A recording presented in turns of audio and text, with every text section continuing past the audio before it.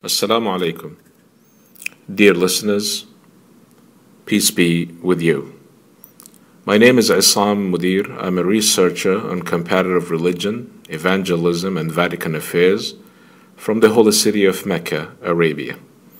And I'm no stranger to members of the Vatican. I've been there in 1995, interviewed a few bishops, pastors, and conducted the first interview for the newspapers in Saudi Arabia with one of the Pope's right-hand men at the time. And I'm speaking of Pope John Paul II then.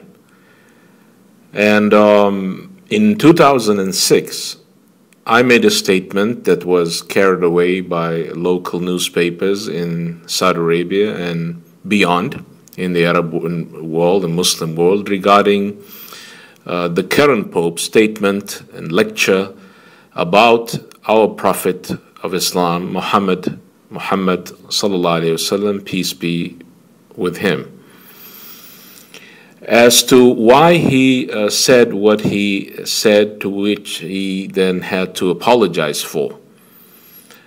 And he said to the Muslim world that he's sorry, he was misunderstood. But that wasn't what I concerned myself with.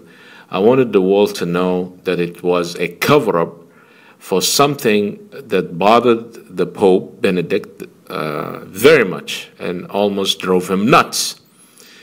What was that? I announced then that there were at least, and there's 35 bishops, top aides, and priests within the Vatican who, listen very carefully, embraced Islam, and many of them choose to remain hidden and conceal their faith, fearing for their lives.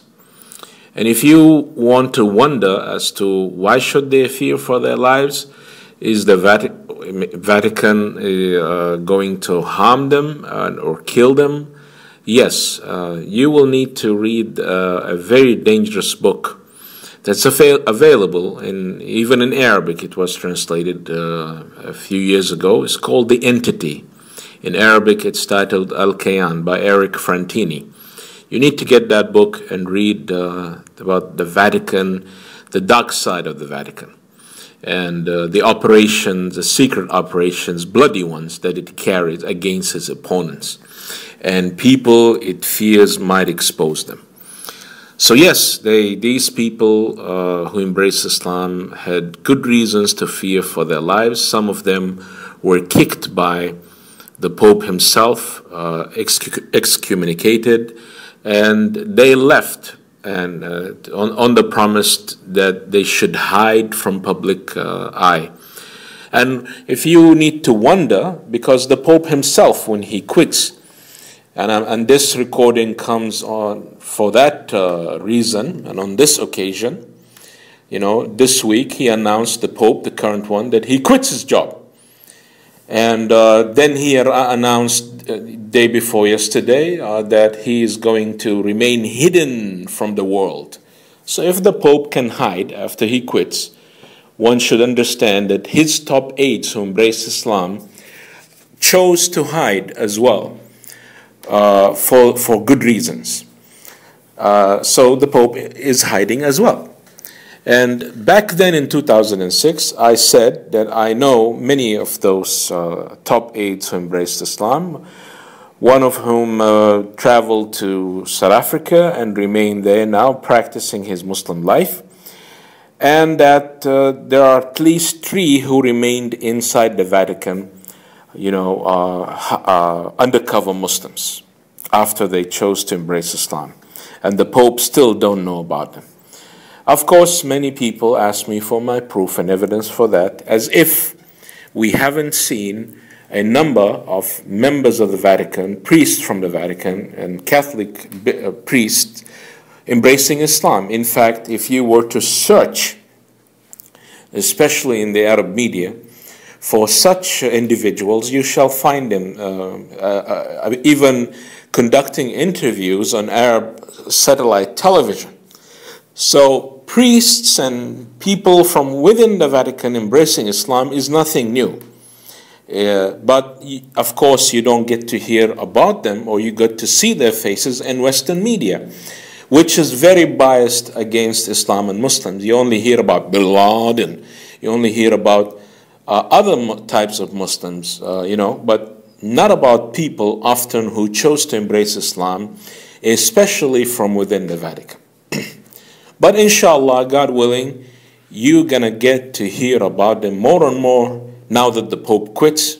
Mark my words. So in 2006, I posed a challenge to the Vatican through the media that I'm willing to go again to Rome, and I'm willing to go there, and these guys are willing to come out of the closet, those who were there at the time, inside, call upon their names one after the other on live television.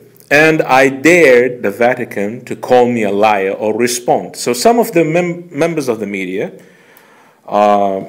contacted the Vatican at the time, demanding a response to my claim.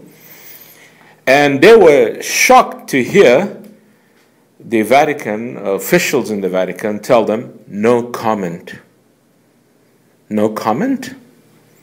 And for 6 years, over 6 years now, this is the year 2013, in September it will be 7 years. For almost 7 years, they kept silent about this. No comment.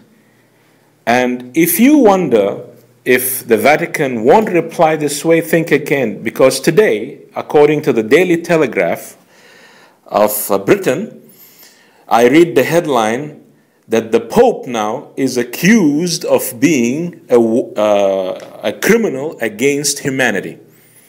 He is accused of crimes against humanity. And when the newspaper contacted the Vatican to comment on this new accusation, the Vatican said, no comment. Sounds familiar? Well, I've heard that. My friends in the media heard that. And today, this very day, you hear from the Vatican telling you, no comment. As much as the Pope is hiding, those people, those priests who embraced Islam, had to go on hiding as well for their lives. So, what is new? The Pope quits. And he's going to go away, not replying to all of that, and not only him, not a single man from the Vatican or a single Catholic priest, even in the Arab world, in Lebanon, in Jordan, in Egypt. I wrote to them all, and they're all silent. And I've seen the Pope's account on Twitter. I wrote to him, no reply. I wrote to his aides, especially from the Arabic countries, no reply, nothing. So I had to record this to tell you that it's not just for that sake, for that reason that the Pope had to quit, only because 35 or 30 people embrace Islam and 3 are inside the Vatican, the Pope had to quit. Come on, man. You might be thinking now in your head that no. There are so many reasons and factors playing together in causing the Pope to quit his job. I'm not saying that's the only reason, but the obvious reasons that are coming out right now, they don't explain why a Pope quits, because Catholics were shocked. Ask Catholics. They didn't expect that. They didn't know that a Pope can quit. What about infallibility? That the Pope is infallible, according to their belief, and it's in their belief system. So did he choose to quit, when it left him, or while he's still infallible?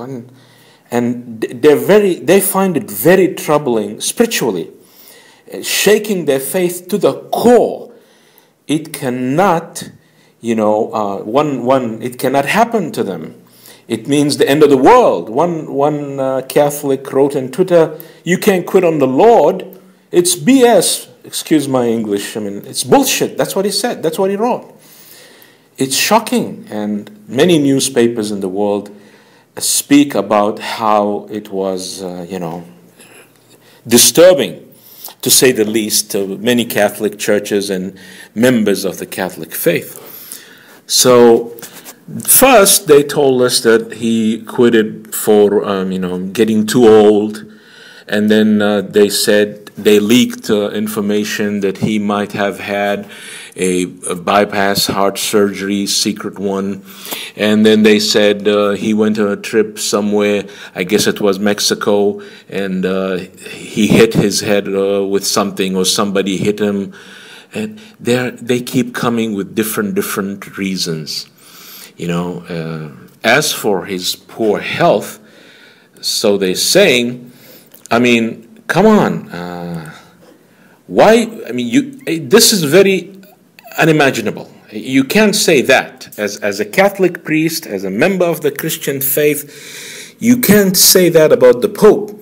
Because they all read in the Gospel according to Mark, chapter 16, beginning with verse 17, quoting Jesus Christ himself. So they tell us, telling them, all Christians of all denominations and churches, and these signs will accompany those who believe. In my name, Jesus is speaking, they will drive out demons. They will speak in new tongues. They will pick up snakes with their hands. And when they drink deadly poison, it will not hurt them. It will not harm them. They will place, listen very carefully now, about the last sign among signs that accompany those who believe. They will place their hands on sick people and they will get well. So when the Pope gets sick, all these bishops and priests and monks and nuns, around him, all his Christian true believers didn't place their hands on him, and he didn't get well. Because this is one of the signs that follow and accompany those who truly believe according to Jesus Christ in the Gospel of Mark, chapter 16. So if the Pope didn't get well, the Pope, not anybody, the Pope himself didn't get well, little wonder now that you read also about Catholics and other Christians in Twitter telling the world that they've lost faith. They're out. They also quit. Not quit their jobs, they quit on being Catholics or they quit on being Christians. It's very hard. Why? Why did he do something like this that he knew and his men knows it will have these repercussions? It's an earthquake. It's the most dangerous thing facing the Catholic Church, also due to the fact that they all knew that him quitting his job will also open more Pandora boxes, and there will be more news and more news coverage and more reports about